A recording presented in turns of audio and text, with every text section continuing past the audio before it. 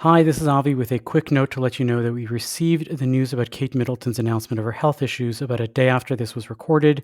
We wish her a refuah shalema, a speedy recovery, and hope her and her family are doing well.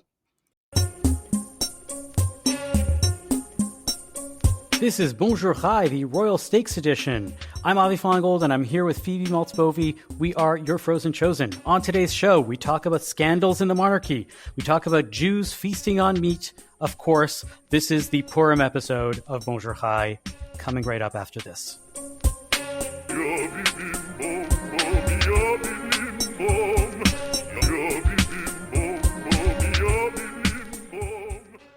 Phoebe, Purim is coming up. And, aside from it being Purim and Purim being one of my favorite holidays, we have a bat mitzvah coming up on Purim. So that's a little crazy. Wow. Who's having a bat mitzvah? Our middle child, Nadiva, better known as the diva. No, she's not. She is a diva, but she is Nadiva. She's going to be having her bat mitzvah. She already had her official bat mitzvah day, like her birthday was a couple months ago, but we are turning Purim into a major celebration for the family. And We're going to have a Purim bat mitzvah. So what is that going to mean, Purim bat mitzvah? Since I assume it's less alcohol centric because no. Instead of reading the Torah, she's going to read the book of Esther along with family members. She's not going to do the whole thing. It's a very long piece. And we told everybody to come in costume, but we made it easy for everybody. We're turned it into like a pajama party theme. So everybody has to come in pajamas. Phoebe, you're invited. If you want to come in pajamas, you're welcome to come to Chicago and come to a evening bacchanal for 12-year-olds with a DJ. And can I ask you a kind of stupid question? Sure.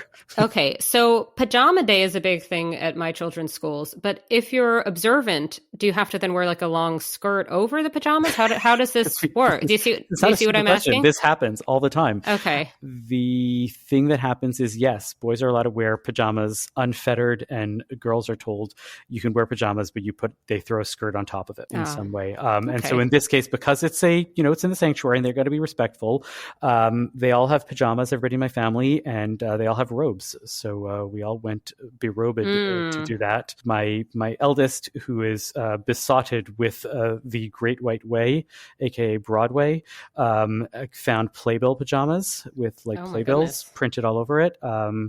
I'm going a little fancier, and I'm going all Paul Smith with the fully striped full set of pajamas and robe and all of that. But it's going to be fun. There's going to be wine. There's going to be breakfast or dinner. There'll be cocktails. If you're in Chicago, you really desperately want an invite to my daughter's bat mitzvah, message me. We'll see what we can do.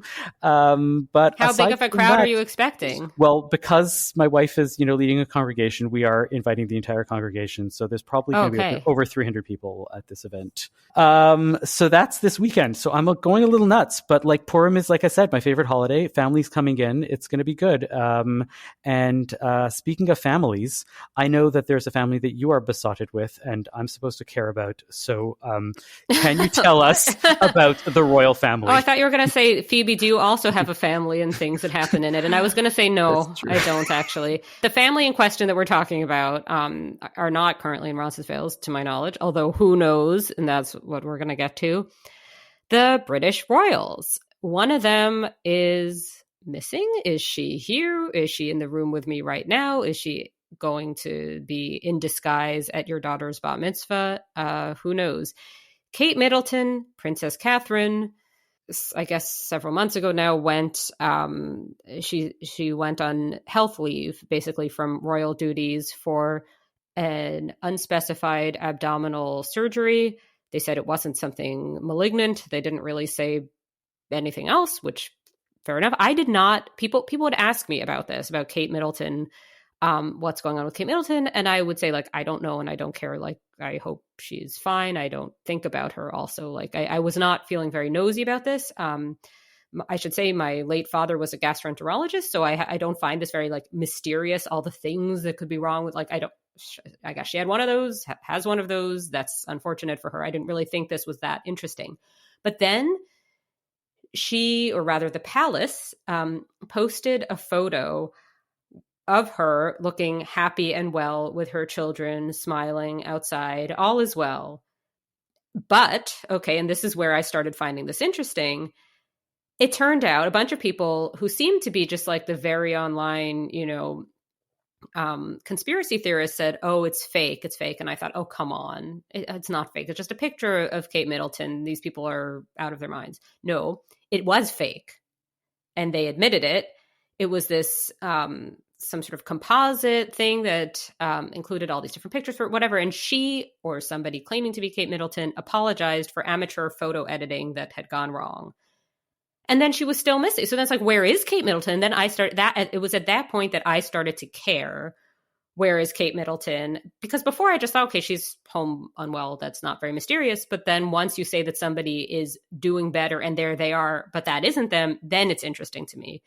And I have since then been very much interested in the question of where is Kate Middleton? And then this keeps seeming like it's resolved, where there will be, like, first there was something in the British tabloid The Sun saying that oh, it's fine, there's Kate Middleton, a bunch of pictures of her, but then it turned out these were not recent pictures, and all that they were going by was that a witness had seen her at a farm stand.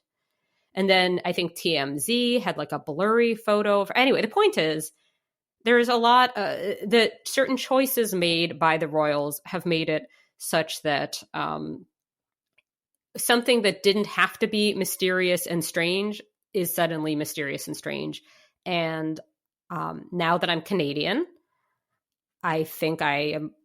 I need to know where the royals. I now have now been monarchy red pilled. Is that what you're saying? Yeah, basically. Well, I also just feel like, am I somehow? I don't know. Do Canadian tax dollars, which I've already been paying since before being Canadian, do they go to Kate Middleton's personal coffers? I don't believe so. Okay, so that's interesting. Okay, I think they're wealthy enough independently from the hundreds of years of pillaging and colonial settler colonialism, right?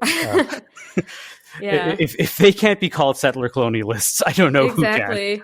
Exactly. So that is where we're at now. In terms of where we're at today, I would assume that I have, because I have had other things to do with my time, missed whatever the latest is, but probably there have been more photos of Kate Middleton. Probably there are people saying, no, that's not Kate Middleton, and zooming in and trying to figure it out. And yeah. So I don't know. I have no concrete evidence that Kate Middleton has resurfaced, but then there was just this. Well, do you even have concrete evidence that Kate Middleton exists? That is another question. But then the New York Post, in a tweet from 8:24 a.m. Eastern Time, says Kate Middleton has been working from home on special project, Palace reports. So there's that. It's by the way, the perfect Purim costume is if you stay home and then you tell everybody that you were Kate Middleton. I think I will do that for Purim. There you go. I've given you a costume. Thank you. Or you find a way to like make yourself all jagged and photoshopped, like take your arm and move it an inch or two away from like your wrist, and add in various pieces that don't belong. Blurify your hair. Yes. Anyways, this is like the mittens, the Bernie mittens of Purim 2024. Very much. So so I was struggling when I saw this to think, like, are there Jewish angles to this? And we will get to that. I mean, but Avi, what do you see as the initial Jewish angle? My initial Jewish angle was fairly rabbinic, but I was like, oh, this is why, for the very few things that we care about deeply, there is a chain, there's a provenance, so to speak, a chain of custody of ideas, right? In terms of how one accepts the basic ideas of Judaism, the Torah, and various other things. So when one wants to ask a question of a scholar or examine some responsa, you're always looking, who is this person's teacher and who is that person's teacher and who is that person's teacher, because we don't trust just blankly what's going on and take a statement, because otherwise it could be a plagiarist, or it could be fake or whatever. We don't know what it is. But the more interesting piece, even more detailed than that, is when it comes to Photoshop and we don't know how to deal with Photoshop and whether it's true or not. And in the days of now, you can even make fake videos, and you could do this, and you could do. There's so many things that one can do and one can create in a way that makes it look so real. The Torah has to be written by hand, copied from, another manuscript or another existing, accepted text, and that is because we don't want, errors to seep into a sacred text. And the ways in which this has applications for looking at media today and how media is so easily faked, I think is an interesting layer on top of that, to bring a Photoshop pun in, to sort of say, hey, how do we create sort of verifications? I know people are trying to create watermarks for photos and for AI so that we know whether something is AI or not. But in reality, I think that this conversation needs to happen, especially because of this, because we don't know what to do and how to think about what's going on. Yeah. So I have actually like a different Jewish angle that I'm going to have to sort of we'll save for later, because I wanted to just follow up on that a little bit, which is that another Jewish angle I was thinking of, and specifically to talk about with a rabbi, is the ethical angle of gossip as it pertains to royalty. Because on the one hand, Kate Middleton, Princess Catherine, has this kind of, leadership role, right? Like she is she a public servant? Technically, what is she? She's something. She's not a public servant. She's a thing. No, she's a public figure. Princess. She's a public figure who has certain duties to the British people, I guess, maybe sure. Canadians, maybe not. Anyway, the point is the Commonwealth. Maybe she's Commonwealth property. I don't know. But that was a play on common property. I did not mean that she's like personally like she's not chattel. She is not my chattel. I know there was a great amount of concern that she was, but basically, on the one hand, you can say like this is a legitimately like something you can care about. Where is Kate Middleton? But on the other hand, this is just epically juicy gossip where missing princess is. It's not just that itself is curious and fun to chat about, but it leads down all these paths of why is she missing? Where is she? And you get a lot of people speculating on ever more salacious and absurd things about where she could be, how's her marriage doing, all of that, right? At what point, like, is it, let me just put it in simple terms, is it ethical to speculate on the whereabouts of a missing princess? So I think technically you are 100% correct that gossip is frowned upon. I'm asking about the reality. I'm thinking about the reality of what's going on here. And I think that Kate Middleton is such an abstract character for the vast majority of people that gossiping about her, and I'm not absolving people of the whatever sin that they might think that it's wrong to gossip or whatever it might be, to sort of say, this is not even a person. Yes, this is a person, but this is such an abstract concept, a princess, and she's missing, that like at the end of the day, it's almost harmless gossip because it doesn't affect you. It doesn't affect this person, right? Was it gossip that affected Princess Diana and caused her to like get divorced and want to leave the monarchy and then ultimately, die by paparazzi? I don't know. I don't think so. I think it was a lot of other things. And I think that when you sign up to be a royal, as Kate did, she didn't have to go and say, I'm going to fall in love with a prince, a future king. You basically sign up for a public life and you accept that a lot of people are going to talk about you. Yes, I think that is interesting, this question of what the people who are born into it versus the ones who marry into it, because I am no great fan of Prince Harry. He is not somebody I feel any sort of affinity towards, but I do think there is something about like he did not choose that life. That was chosen for him. He was born as Prince Harry, So if he's annoyed about it, I can kind of get it. But if somebody who has opted into it is annoyed about it, it's a little different. But the other thing this was making me think of, and this is a little bit out there, but bear with me, Taylor Swift, right? We are familiar with Taylor Swift in this household. I know you are. You also have not daughters. Personally, but you also have daughters. Mine are quite young, but we still have the Taylor Swift always playing. And I was thinking specifically about this article that was in the New York Times a while back. It was a long article by the opinion editor Anna Marks, saying basically, sort of speculating that Taylor Swift is either a lesbian, bisexual, or somewhere unspecified, not straight, on the spectrum of things, despite the fact that Taylor Swift has basically said, I'm straight and here are all my boyfriends. And it was this interesting article because on the one hand, you could say, well, this is, this is saying something, this is sort of unfounded speculation about a public figure. But on the other, it wasn't really about Taylor Swift, the person. It was about this like persona and an image. And it was sort of talking about Taylor Swift almost as if she exists in some different plane. Like she's not a person or even just a public figure, but like there's this image that's sort of like a creation, that's something separate from, yeah. So, I mean, I without going into the absolute sinkhole of discussing that article further, because I do have a lot of thoughts on it. And they're not all positive, but the point is, I do think there's something similar about like Kate Middleton and Taylor Swift in that they just exist so separate. I mean, they are still real. There are still real people there, but like the idea that if somebody says, oh, Kate Middleton's looking a little gaunt these days, that she's like crying herself to sleep. If like somebody with 3 followers posts this online, probably not.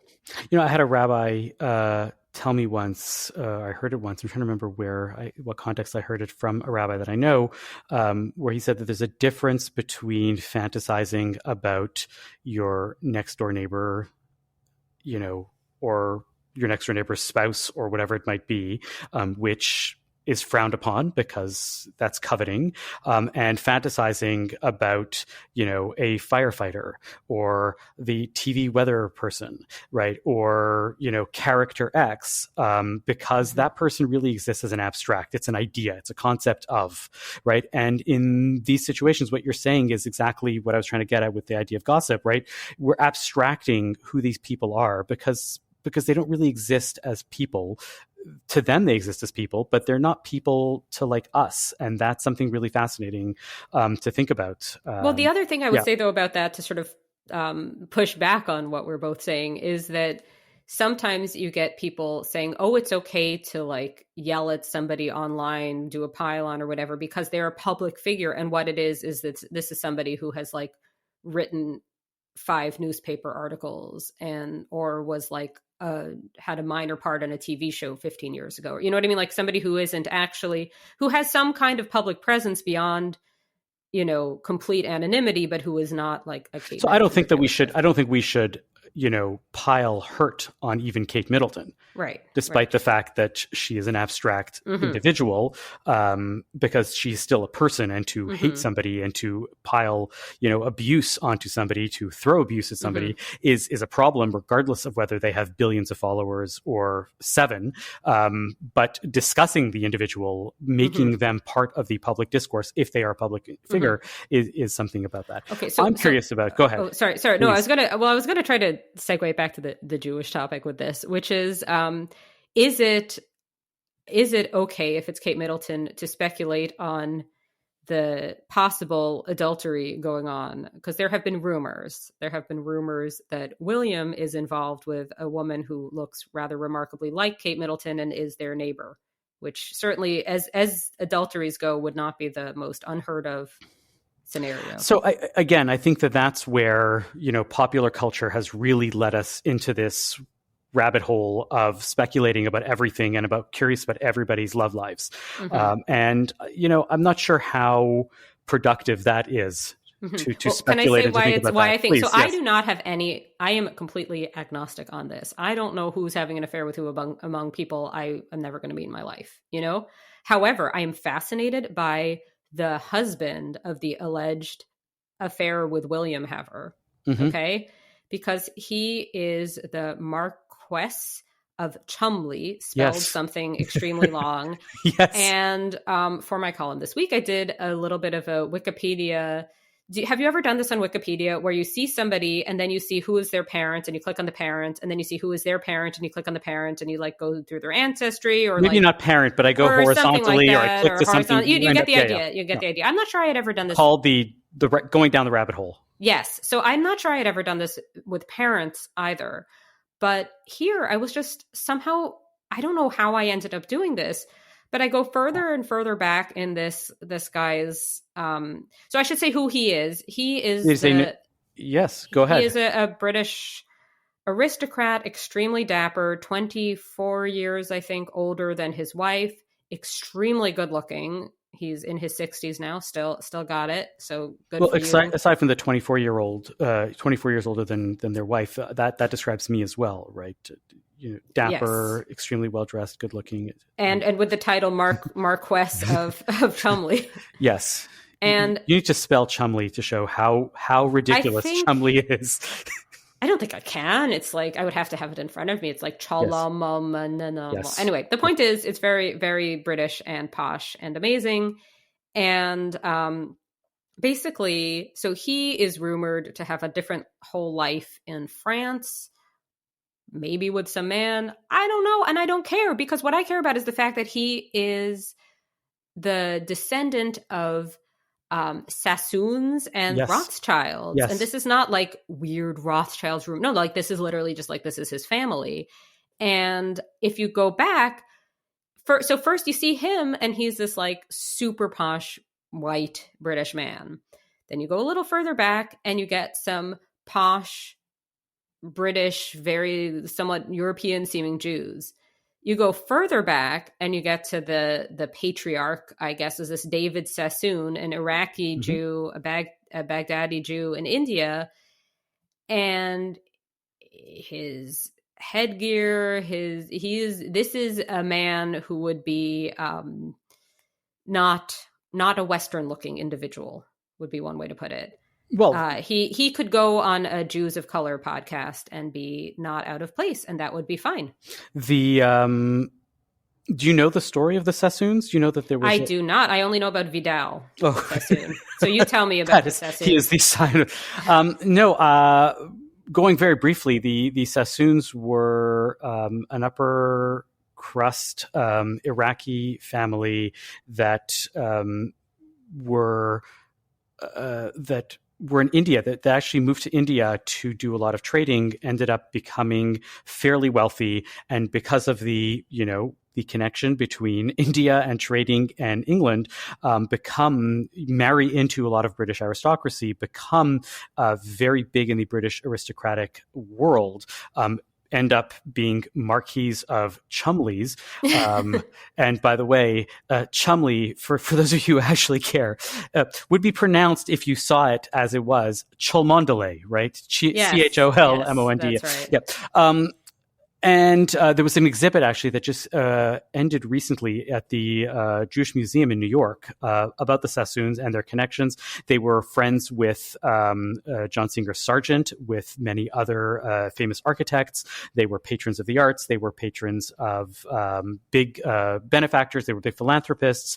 And as such, there's a lot of connections between these Iraqi-originated family, the Sassoons, and British royalty, which of course is very similar to the Purim story, where you have the reverse happened, right? You have the Israelites who come in exile, right, in Persia, and one of them marries into the royal family. There is deep connections between the Jewish and Persian families based on the story of the Book of Esther.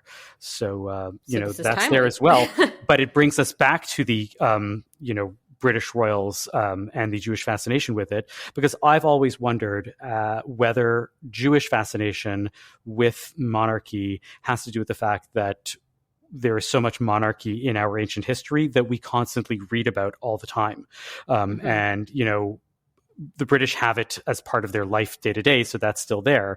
And I'm curious if nations and peoples and countries that don't have a monarchy are similarly fascinated or unfascinated, and what the connection is to that. I mean, do you have any thoughts? Sure, I do have thoughts on this. I do have thoughts on this. We sit there talking about King David and King Saul and all these kings. Yes. So we're like, oh, we know what kings are like, and we talk about God every year as the king, on Rosh Hashanah, and we talk about the king, and not that God is gendered, but I'm gonna get in trouble for that. But all of that is Avi, there. Yes. You're canceled. But moving on. It's okay. I would say that I see what you're getting at, but I think Christianity also is big on royalty, right? Isn't there? Don't they have kings and such? Sure, well, that's what I'm saying. So yeah, peoples that have this in their history, I would also think about it. And the question is, who are the peoples who? I mean, I'm sure somewhere like on Sentinel Island, there are people who are not thinking about royalty, although for all I know they are. But I'm thinking more about like Disney. right? And princes and princesses and all of that. Because I think that there is a kind of like children play royals. They just do. And I don't think it's necessarily that connected. I think the British ones are the obvious, reference point at this point. But I think that this is just always fascinating. Like royalty are always fascinating. And like in the States where there aren't royals, you get Kennedys and such, like I think this just kind of is something people go for. Yeah. But the Jewish Perhaps. specific angle for me is really, so as I've mentioned before in the podcast, I did my dissertation on 19th century French Jews. And one thing that I found very interesting was that once you get towards the end of the 19th century, there's a lot of discussion in France and elsewhere in Europe of the phenomenon of penniless, decadent aristocrats who are Christian marrying into wealthy Jewish families. It would be like a penniless aristocratic man marrying a wealthy Jewish woman to sort of combine, like he brings the name, the reputation, whatever, and she brings the money. It's 19th century money laundering. Is that what you're saying? Well, what I'm saying is that this became then the source of a lot of anti-Semitic sort of tropes, texts, images. I need to find an amazing one that I don't take the one from La dissertation. Presse yesterday that automatically will cancel you. We could talk about that too. But the point is that, yes, this was really like this big trope that becomes a big deal because prior to that, intermarriage, the trope had been always, at least in French literature, beautiful Jewish woman in very pious family, kept out of sight by her traditionalist father. There was never a mother in these stories. It was always the father. Meets some kind of Catholic, nobleman or whatever, and then she escapes the clutches or tries to escape the clutches of her father via that man. That was the trope in like the mid 19th century. And then this switches, and you get this even in like Jewish newspapers, you get it also in like non-Jewish texts. But anyway, then it switches at the end of the 19th century to this sort of more familiar, but still not that familiar these days, anti-Semitic trope of like the rich, repulsive Jewish woman comes in and is married off to the penniless, decadent, aristocratic man. And that in turn was sort of like the intermarriage trope long before the one that will be familiar to like viewers of Seinfeld, Woody Allen movies and whatnot. So it was still that the woman would be Jewish in the intermarriage tropes. But anyway, yeah, that was a bit of a long-winded thing. But the point is that this connection of sort of Jewish families and royals, I was just thinking about it in terms of this really amazing article I cannot recommend enough. It's not new, but it's but the stuff it's about, it's not really breaking news. It's from 2018 by Emily Burak, who, if you are listening, Emily Burak, please come on this show to talk about this. Or other things. Yes, we want to chat with you. All the Jewish conspiracies surrounding the British royal family. This is in Hey Alma, and it's just about like all the ways that people have sort of had these kind of conspiracy type theories that the British royals are Jewish. And that's super interesting. They also like, there is actually just like a bunch of intermarriage between people from these posh Jewish families and like posh non-Jewish families. Sometimes the descendants you only learn were Jewish if you research it, which I don't know that I would recommend the type of grad school I went to, but if you do that, you learn a whole bunch about this. Do you think that a Jewish individual could marry into the like top tier of the British royal family and it would not cause a commotion these days? I think it would cause a commotion. I mean, that's the Purim story, right? I mean, the king does not know that she is Jewish, and then he finds out that she is Jewish, right? But if Kate Middleton, right? If Kate Middleton came out next week and said, the reason why I've been so absentee is that actually I've been converting to Orthodox Judaism. I'm wearing a wig now. I went to the mikvah. Now I can tell everybody, and I'm really proud about this. Or I would not be surprised. That would be less weird than much of what's theorized. Yes. With that. Do you think that the British non-Jewish world would be scandalized by this?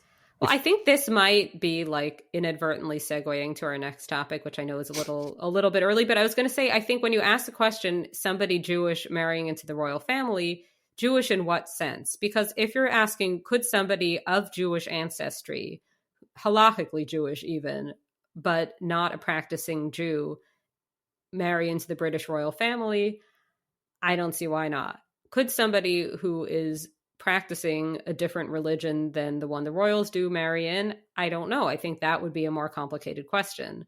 So the question is there so much like racial anti-Semitism that would be an issue? I mean, hard to say. You're saying that it's easy for Ivanka Trump to have converted to Orthodox Judaism because the Trump family religion was money, right? And, cravenness. Well, she has and not so she inherited she is not going to be queen, I think. I don't know what's going on in the States. You're there, not me.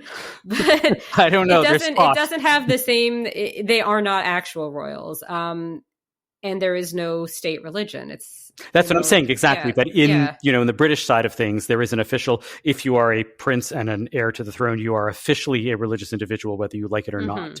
Right? I don't know how much of an atheist William or Harry or anybody of those people might be, but officially they are very well practicing Anglicans. This Church of England and all of that. Right. Yeah. So I don't think that there's any reason to think, I mean, I have not traced royals' lineages, but like there were absolutely Jews and aristocrats marrying all the time. There just simply were not enough Jews that I would assume that somebody was Jewish in the royal family or whatever. But like, yeah, I don't think that would be an issue. I don't even think anyone would know unless they're like really unless she went and said she but if she converted, in a meal of wine and meat, right? She went and said, "I am a Jew and my people are being persecuted, and you can save us. Only you can save us."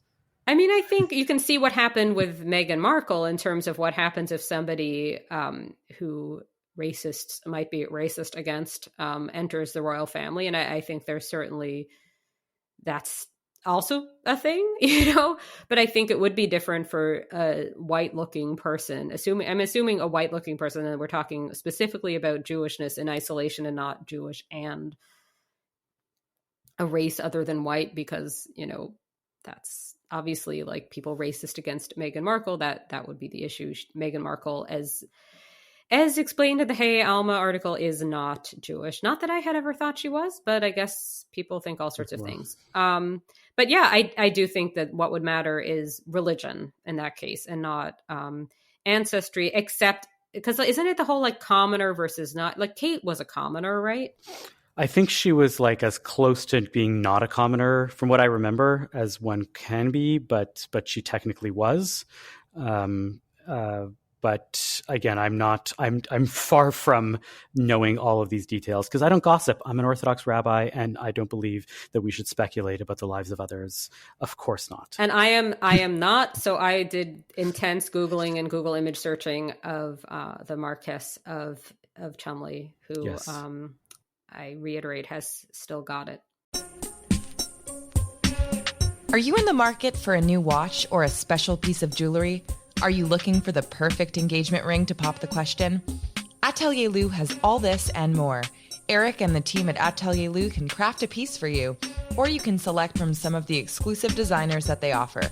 From a simple bangle to a statement necklace, Atelier Lou can make you or your loved ones sparkle. Located in the heart of Westmount in Montreal or online at atelierlou.com, visit Atelier Lou for your next watch or jewelry purchase. And when you do, make sure to use promo code BON18 for 10% off your next purchase. That's atelierlou.com.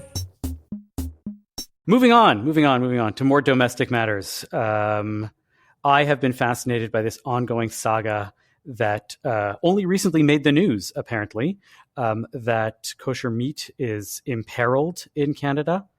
I will not bury the lead. I will spoil the lead and say methinks they doth protest too much. And to use last week's title. Now I'm realizing I'm quoting myself. Yeah. But you had a joke that you wanted to say with this about the steaks. Because I was asking when we were discussing this topic beforehand. 3, 2, 1. You have to go and say this as your own joke. Okay. No. So Avi, what are the stakes of this question? Oh, ha ha ha ha. No, but see, I didn't intend it. I did not intend this to be a meat reference when we were talking about this beforehand. And then Avi said steaks, and I immediately saw it in my head. Oh, so it is beef specifically, isn't it? I do believe it's beef. That is the big issue at So is there play some here. beef? Is there some beef in the community? So apparently the CFIA, the Canadian Food Inspection Agency, which is an independent agency, but has the government agency. I'm not sure the relationship between the actual Crown and this agency, but apparently they are the agencies that take care of this. Have decided that they wanted to place more humane measures on kosher slaughter. You know, if you've listened to past episodes of Bonjour Chai, that the kosher agencies and I have an interesting relationship. And we can leave it at that. Go listen to all the past episodes with me and the MK, with me and the COR, the Montreal and Toronto kosher agencies, to hear more about that. But there was a lot of pushback from the kosher agencies, from CJA, and from others, in the Canadian upper crust, the Canadian Jewish aristocracy, so to speak, apparently quietly for the past few years have been discussing this and negotiating this and pushing back. Apparently a lot of what this revolves on is that they want to ensure that stunning happens to an animal before, as part of the slaughter, in order to make sure that the animal really doesn't feel anything, where they put a bolt through the animal's head. I don't want to get into too many details, because I'm not a slaughtering technician or a ritual slaughterer, but also because I assumed you were, but not, go on. Anyways, part of that. And apparently they, this I know for a fact would make kosher ritual slaughter problematic if it was done beforehand, before ritual slaughter. But the CFIA has permitted them to do it afterwards. And nevertheless, that even though technically they say that it is technically acceptable, we're only doing it maybe, we don't really want to be doing it, and partially it's because it takes a lot of time. So and therefore it's making it less economically viable. So now they are going and they're saying that we want to sue the government, that they're going forward with legal actions against these laws and saying that we want to be able to have ritual slaughter unfettered, and that this is just like what's going on in Europe, where this is the first, anti-Semitic act by the government where they outlaw ritual slaughter, and then it follows with, Kristallnacht is basically 2 weeks after that. I exaggerate, but only mildly. Yes. Well, it's not just exaggerate. I mean, they have passed laws like this in Europe recently, and Kristallnacht is something that happened, in the past. It did not follow.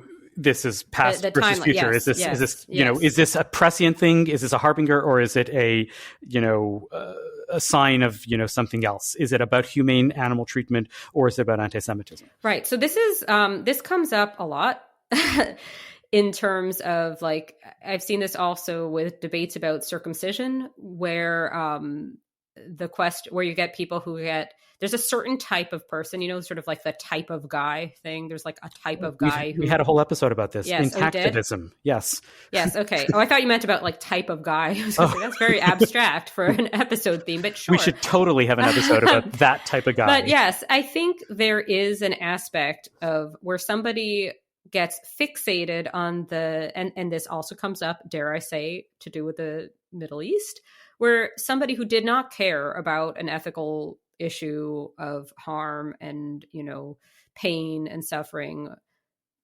suddenly all they can care about is that issue, as long as the villains are Jews. That is a thing in the world. I have seen it. It also doesn't follow that because that's a thing in the world, you can't say that the IDF is doing too much in Gaza. You can't say that circumcision has, ethical questions about it, or that you can't say indeed that certain types of animal slaughter are less bad than others, or something like that. Does that? Yeah. So my understanding, by the way, wasn't necessarily just the Jewish community. It involved halal slaughter as well. In Europe, you mean? in Europe and in North America. Yes. Okay. The Muslim religious leaders have gone and said that it is acceptable to do the bolt stunning beforehand, so and then still have the ritual slaughter. So broadly speaking, I do believe that they have sidestepped the issue, which means that it only leaves the Jewish community. But there's been a lot of pushback from within the Jewish community against this, to go and say, look, they're not saying that you're not allowed to do this. They have given you a way to do this. You may not like the economics of it. You may not like the discussion around it because they are questioning the humaneness of what you are doing. But I actually think that that's a good out for the people that are saying this is purely about the humaneness of the animals and has nothing to do with ritual slaughter. We're letting you do this.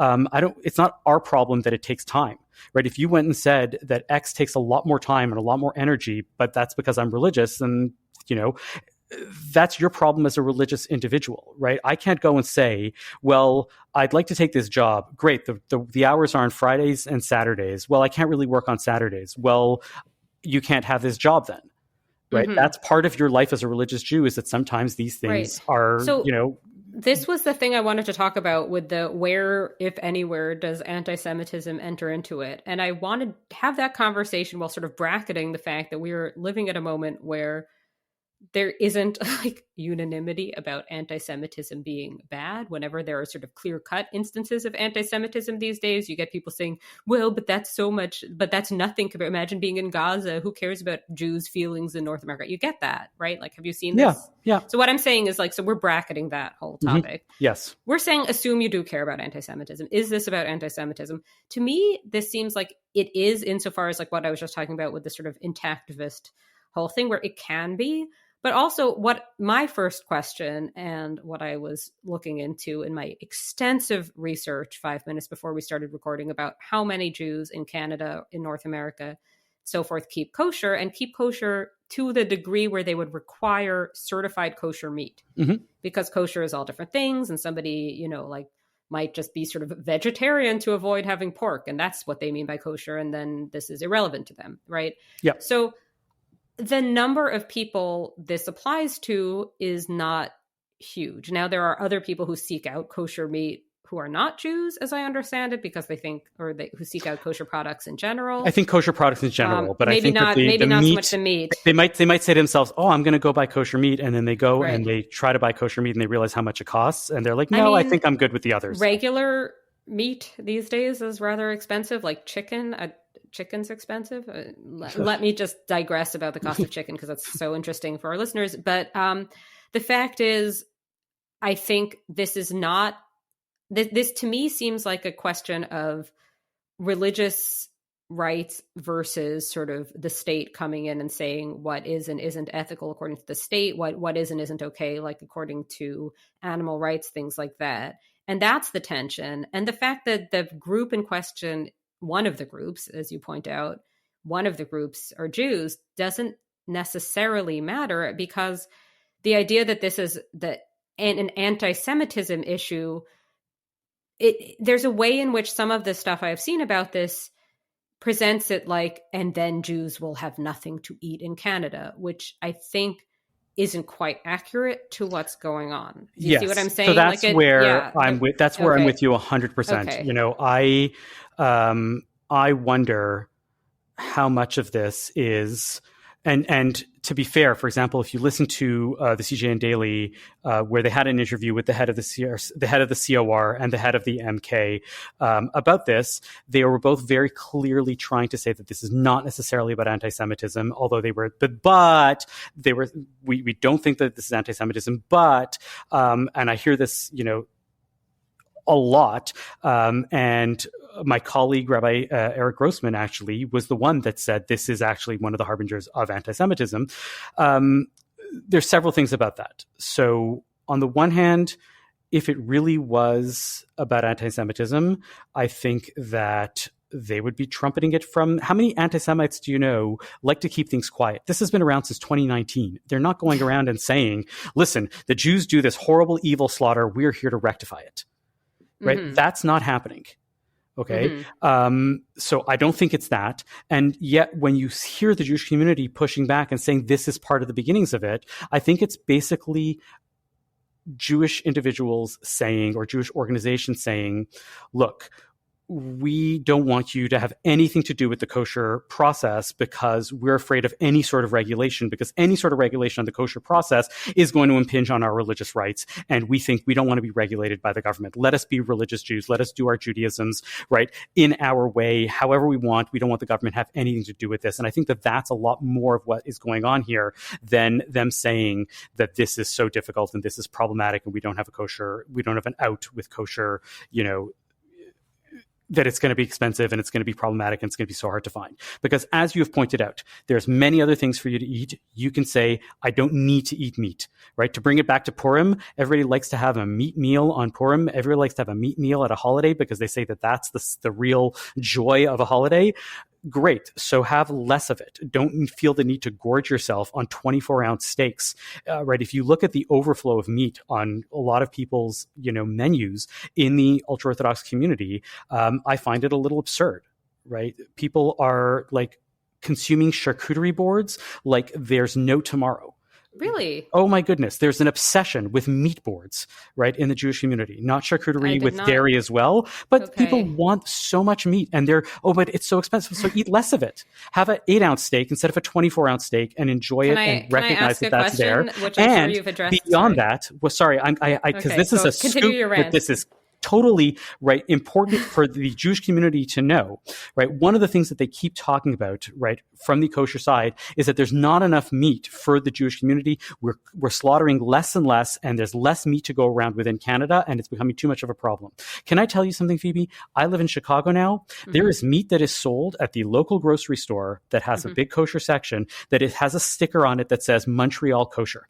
It is not frozen. It is not overflow meat. And I asked the butcher, he's like, well, they're one of the sources for meat that everybody likes, and they export a lot of meat. We bring in kosher meat from Montreal because it has a specific type of a slaughtering. It's acceptable to the Chabad community, and we import it all the time. If you really cared about the meat, if you think the meat is getting too expensive and you're having a hard time finding it, stop sending it to Chicago and elsewhere, right, in order to keep the meat in a domestic production, right? So I don't think that it's entirely about the community having access, and I think that there are some financial issues going on here that they don't want to talk about that are there. I am done.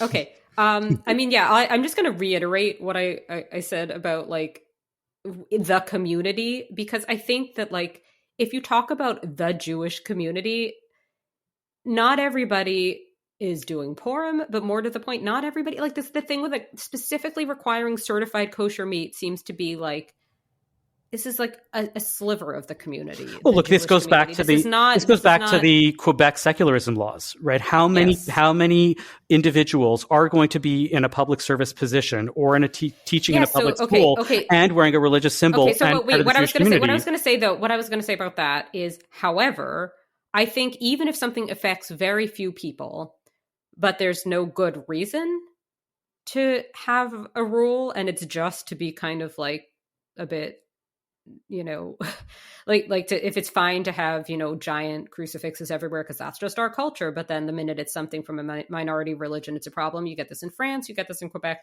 I think that there are cases where not that many individuals are affected, and it's still basically a xenophobic thing that just claims to be about secularism. I think that's real. However, if you're talking about something like circumcision or animal slaughter, I don't know, like there are other issues too. Like it's hard. It's a harder thing to figure out. But my question though was going to be about such things as lab grown meats. So this is actually a huge beyond meat, question. All like other sort of like, will this, I guess what I'm asking is long term, will this just solve itself by other means? By having lab-grown meat. Or beyond meat technology. Is technology going to solve this? Please add into that basket of solutions eating less meat, period. Sure. I mean, I'm not any big fan of meat myself, but I'm talking population-wise. I do think that there are solutions ahead. the same way that I do believe that at some point there will be a technological engineered, I don't like saying this, but I believe that we have no choice, but we likely will have a technological / engineered solution to the climate crisis. And that people are talking and thinking about this, that something's going to happen because otherwise, whatever. But yes, lab meats and other alternatives are definitely part of the discussion.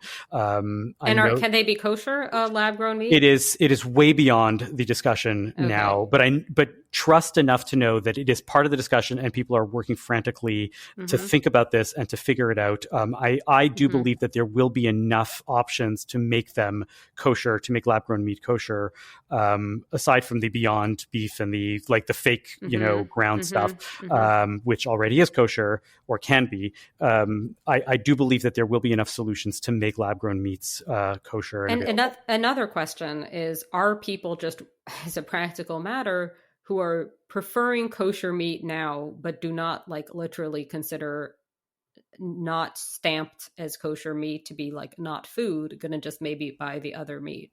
So I'm curious about that too, and I don't know maybe any not a beyond pork chop, anecdotal. but I don't know a lot of. I'd be curious to see, and I think that is where we should be examining more as a community and doing some of the research to sort of say, what is the point of price where you'll say, I'm sorry, I can't keep buying kosher meat? Or even in hindsight, what was the point of cost where you used to eat kosher meat and then you said, no, I'm sorry, I can't do this anymore. This is too expensive. Because I believe that there probably is a point for some people and that is a price point that we should be made aware of. But to be fair, the kosher certifying agencies care about one thing and one thing alone, and that is the kosher consumer themselves. And if you are no longer a kosher consumer, the kosher agencies really don't think about you, or you're not really part of the discussion anymore in their minds. Well, except for the fact that if there just aren't enough kosher consumers, there's no kosher consumer catered to. To be fair, the people who are exclusively kosher consumers tend to make a lot of younger kosher consumers in greater quantities than people who are not. This is true. There's not a lot of people in Rockville having 9 children. No, but there are very few having 0. So it's that's a topic for a different day. But I mean, I guess what I'm thinking about is just the way I have seen this discussed has been this kind of look at all the anti-Semitism in Canada. There's this, and this thing with the kosher meat. And that's been listed as this kind of look at anti-Semitism in Canada this week. And I have been seeing a bunch of this. I have as well. From America, what's going on in Canada? Yes, there's exactly. And the kosher meat. And then, the press, la presse. So I have seen this kind of discussed in kind of the same breath as that. And as I said, I can see it to a point. I think there is a way in which minority religions, perhaps Jews in particular, got kind of crapped upon in the name of secularism and human rights or animal rights or whatever. Sometimes I'm not saying this never happens, but also human rights, animal rights are things as well. And anyway, I do believe that what it is the what do they call it? The Baader-Meinhof phenomenon. There's a cognitive bias that once you're aware of something, you start seeing it in a lot of different places, in a lot of places. And I think that once people are attuned to looking for things that might be anti-Semitic, they're going to start lumping everything together as part of it. Oh, okay. Can I give it my favorite recent example of this? Because Please. This is epic. Please. So I put this in the Slack, and I don't think anybody responded. I'm still very sad about this because it's amazing. This is our internal work Slack. Our because internal we don't have a Slack. Newsroom anymore with people wearing fedoras with little tabs in them that say press and say, Phoebe, what do you say about that copy? Is it off the ticker tape yet? The point is that Louis Vuitton put out a white cotton t-shirt, with an LV logo. And it kind of has, if you really squint, an air of being either watermelon insignia, watermelon being a pro-Palestinian symbol at this point, a little bit of a red triangle being either pro-Palestinian or pro-Hamas, depending on the interpretation. This t-shirt, per the website, how much do you think it costs, Avi? It's a cotton t-shirt. $800. $985. That's close. Pretty good. That is pretty close. I know the cost of fashion these days. You can ask me for the cost of anything, and I can give you a fairly good ballpark. I thought you would probably have a sense. So the point is that people online were very concerned that Louis Vuitton is doing an anti-Semitism by having this $1,000 t-shirt.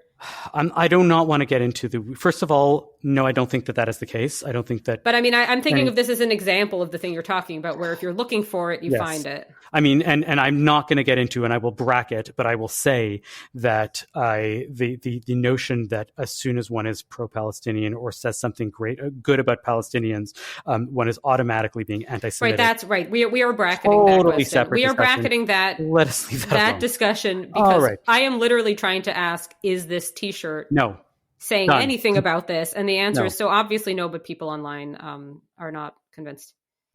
Listen to, I believe that Ellen will have a follow-up with the other side of the kosher debate, and that it is more nuanced than one can possibly think it is. I do believe that is the case. I believe that you should stop thinking that everybody's out to get you, and that maybe you sometimes have to follow laws.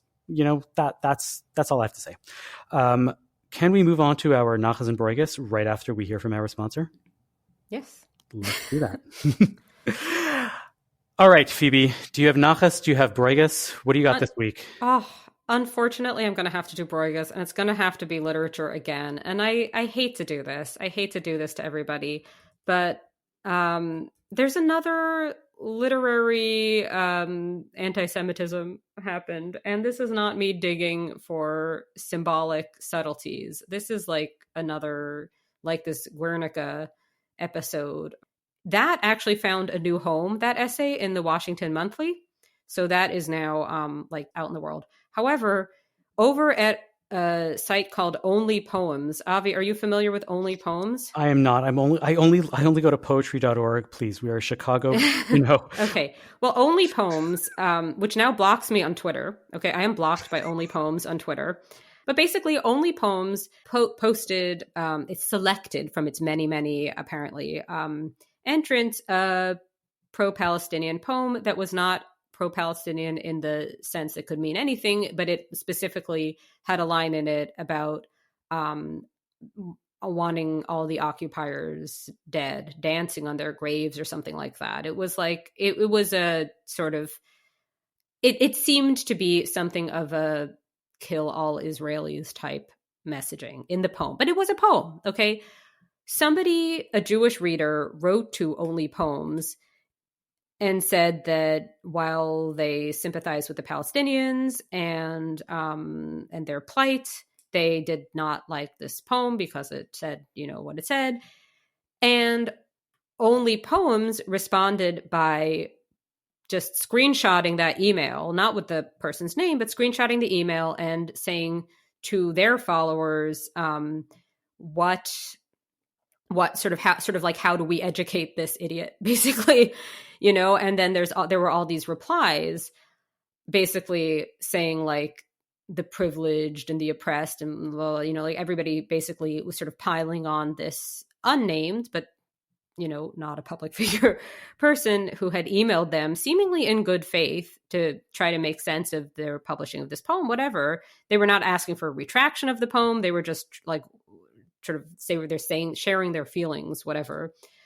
And then Only Poems went on a bit of a blocking spree of anybody who, I guess, didn't like their behavior online. So anyway, that's Only Poems. That's my Broigas. I'm Broigas at Only Poems. I'm only Broigas at poems. I think you're Broigas at a lot of other things as well, but yeah. For this episode. And Avi, what have you got? You would hope that being Purim, we would have both brought some nachas and some joy, and there's a lot of joy in the world. But you know what? We're going to go for a 2-for-2 Broigas this week. My Broigas is at not just, but I'm using this as an example, but there are others that have fallen into this. There was an article that came out this week from Aish HaTorah, aish.com, thanking those who stand with us. This is from the chief executive of Aish HaTorah, Rabbi Stephen Berg. What is Aish HaTorah? Aish HaTorah is... Aish HaTorah started, oh my God, it's so complicated to discuss. They're currently, they're a large media presence online where they have a website with lots of Jewish content, but they're also a yeshiva and an international movement in Israel that is designed to be one of the premier places and destinations for outreach, for Jewish Orthodox outreach in the Jewish world today. Mm-hmm. So they like to position themselves as one of the central voices for the Jewish community. They are big on outreach, but they reach a lot of people. And Rabbi Stephen Berg writes this thing thanking those who stand with us. And in it, he talks about how he welcomed and thanked Floyd Mayweather for coming to Israel and for standing and supporting Israel. He talks about how he was introduced as Floyd's rabbi. And, this is a guy who wasn't Jewish and yet is still supporting us and doing great work without necessarily having, a religious connection to the people of Israel and to the land of Israel. So thanking him for all of this stuff. And I'm like, how do you do this and say this while eliding and not even thinking about the fact that this is a man who was arrested and imprisoned multiple times for abuse, has had significant financial questions around some of his dealings, but overall is not a great guy to the people that he is in a relationship with or has been, has never apologized for any of these things. I don't know, it really, really bothered me that we are willing to champion people who are our quote unquote allies, simply because they're our allies without thinking to ourselves, are they good people or are they not? So maybe we should be thinking twice about who are the people that we, thank and are grateful for their support, if maybe we shouldn't want these types of people's support. Mm-hmm.